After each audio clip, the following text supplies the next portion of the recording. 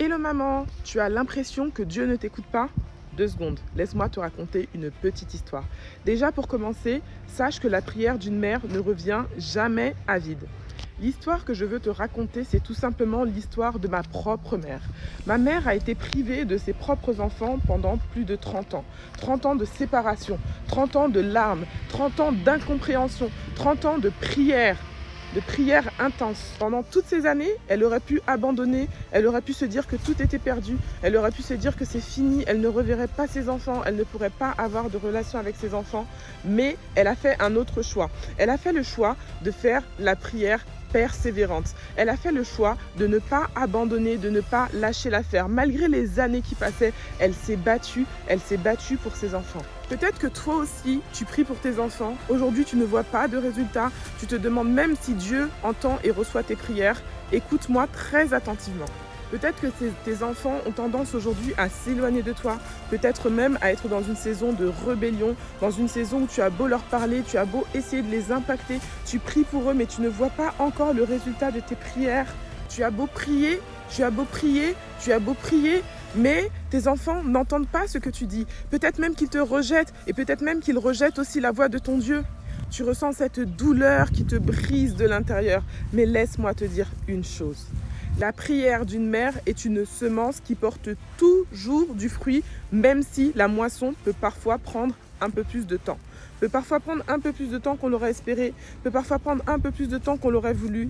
Mais regarde, je vais te partager quelque chose. Après des décennies de prière, même si tout semblait figé, tout semblait au statu quo, la situation ne semblait pas bouger, la situation ne semblait pas évoluer, mais tout à coup, Dieu a agi d'une manière que personne n'aurait pu imaginer. Et il a restauré ce qui semblait irrémédiablement brisé. Aujourd'hui, la séparation appartient au passé et elle est maintenant entourée de ses enfants. Waouh! Donc si toi aussi tu es une maman qui prie pour son enfant, j'ai une bonne nouvelle pour toi. Surtout, n'abandonne pas. Même si tu ne vois rien, Dieu travaille en silence, il entend chacune de tes prières et il est à l'œuvre. Il est à l'œuvre et il manifestera sa puissance au moment favorable. Sache qu'il prend chacune de tes prières très au sérieux. Tu es son enfant et son objectif ce n'est pas de te voir souffrir ni de voir souffrir tes propres enfants. Et pour t'encourager encore plus, j'ai décidé d'inviter ma propre mère sur un live au cours duquel elle pourra partager son témoignage, son histoire qui est finalement notre histoire avec toi. En direct, elle te racontera tout, ses épreuves, les prières qu'elle a pu faire, les rebondissements qu'elle a pu vivre. Elle te racontera tous les détails. Elle te racontera ses doutes, mais surtout, elle te racontera la manière surnaturelle dont Jésus a agi dans sa situation.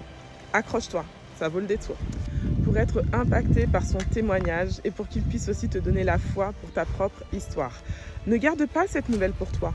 Partage cette nouvelle à une amie à toi qui pourrait être intéressée, à une autre maman qui aura besoin d'écouter ce genre de témoignage et on se retrouve très rapidement.